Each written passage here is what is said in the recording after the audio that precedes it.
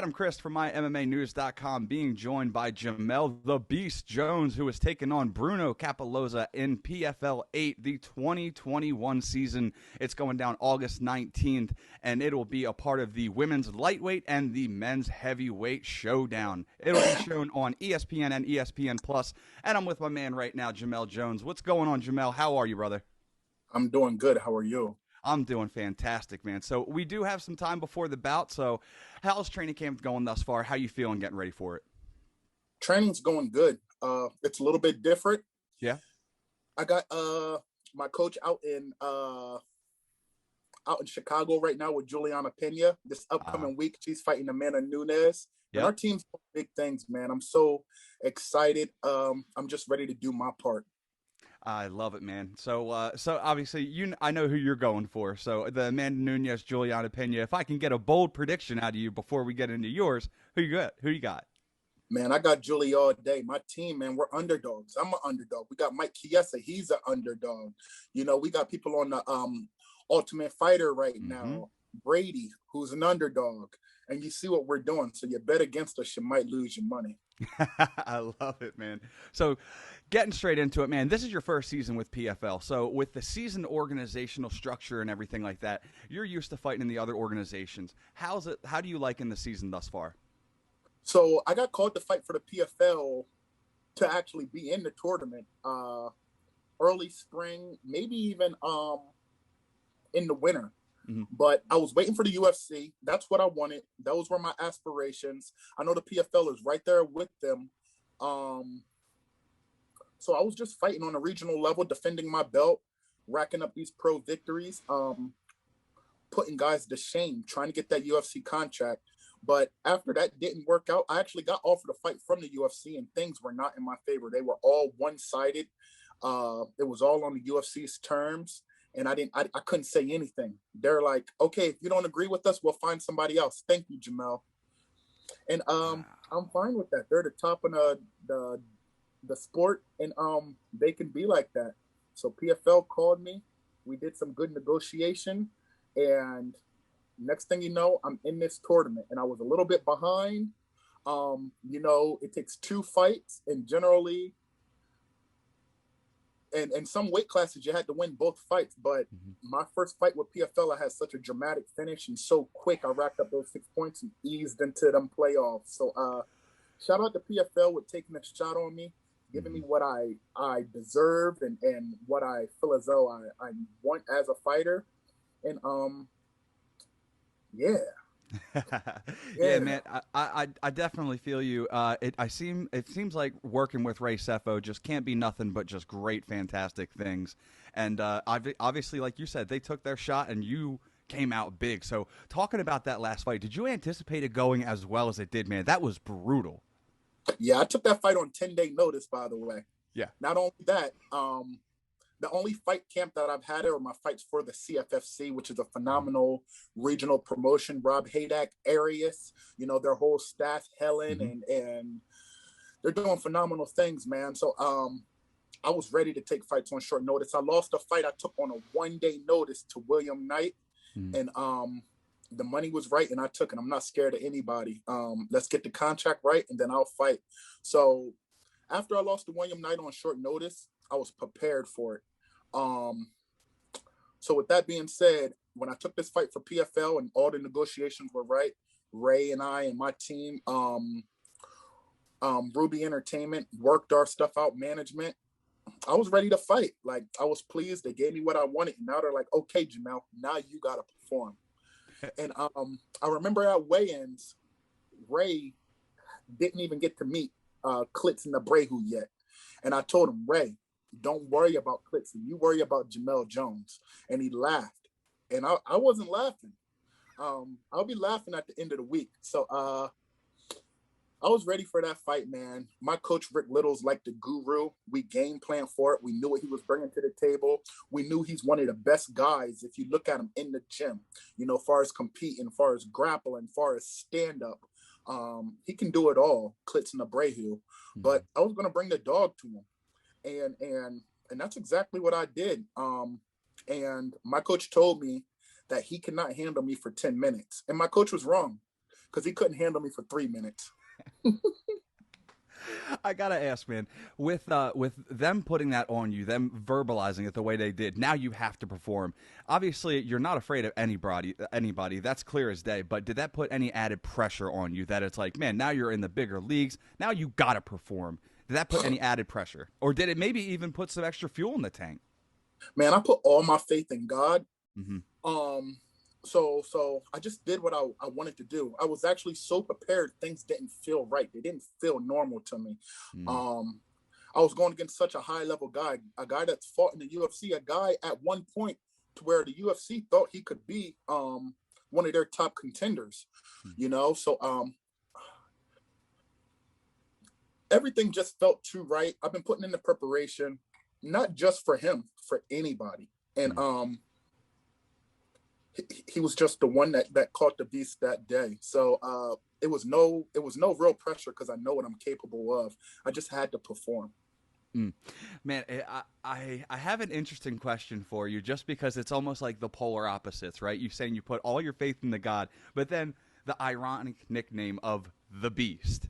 It's like the heaven and hell. Like, is it almost like a mixture of both? You have that faith in God, but just don't bring the Beast out because you're not gonna like it. Yeah. So I have a wrestling background. Yes. In wrestling, we compete 2 times a week, and then you compete on the weekends. It's a lot of competing, and they just get kind of caught up just going match to match, match to match. When I first started fighting, that's how I used to look at it. I was just competing. I was just wrestling until I got hurt. Until I ended up in the hospital with a broken face and a broken orbital and no one by my side. I got kneed in the face on the Contender Series, and I had to question myself what I really wanted to do and what I wanted out of this sport. I like to thank my opponent for that, who I still talk to this day, Michael Rodriguez. So it's not about waking up to Beast. The Beast is woke, because before you kill me and before I'm in a hospital again, I am going to try to put you there. I'm going to pray that we're both unscathed and not seriously injured. But the Beast is awake. I didn't give myself the Beast name. Some fans gave it to me early in my amateur career. They just kept saying, he's a beast, he's a beast, he's a beast. So I became the Beast. And now I am the Beast. And I'm going to show it every time, win, lose, or draw. I'm bringing what I bring to the table. Yep. They wanted the Beast. They got the Beast. So, talking about the upcoming fight, man, Bruno Cappelozza, all 12 of his wins being by stoppage, either TKO or knockout. Hard hitter, just like yourself, though. But with that said, you do have some submission wins. So it does make me kind of question how does your game, let me ask this, how does your game excel over his? I'm going to bring it to his house. Straight up. He's explosive. He's fast. He has fast hands. He hits hard. He's a lot like me. Sometimes we got to calm down in there, but he's a beast himself. So when I really, really, really look at it, I just think I'm more well-rounded. I could put guys down on my feet, how he has done 12 different times, and I can submit them also. I'm very well there. I'm not going to shy away from the challenge. He's the #1 seed. I respect him. We have a mutual training partner. I helped Corey Anderson out against Pat Cummins, and he helped Corey Anderson out against the guy from Brazil that Corey Anderson knocked out. So Corey's one of those guys. I don't even know if he's older than me, but he has this big brother feel. So if Corey respects you, I respect you. So I respect Bruno. But at the end of the day, the winner fights for $1 million. And not only $1 million, this fight, we're getting paid for this fight too.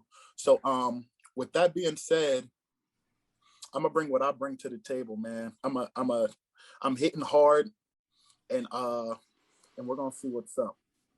And like you said, you're coming off of that dominating win. You're on a win streak like yourself with three fight win streak going on right now. So you do have a hot streak going on into this fight. So confidence is not only in his favor, but it's also backing you as well. So which makes a very interesting matchup. Yeah, so wrestling again, wrestling can bring the highest of the highs and the lowest of Mm, the lows. You can win one tournament and then the next week you can lose, or you could lose, and then win. So wrestling has a lot of ups and downs that I've been through in my life. So everything that MMA that I've gone through, mm. wins and losses, and now I'm 5-1 my last 6 fights. Um, it's nothing new to me. I still love competing.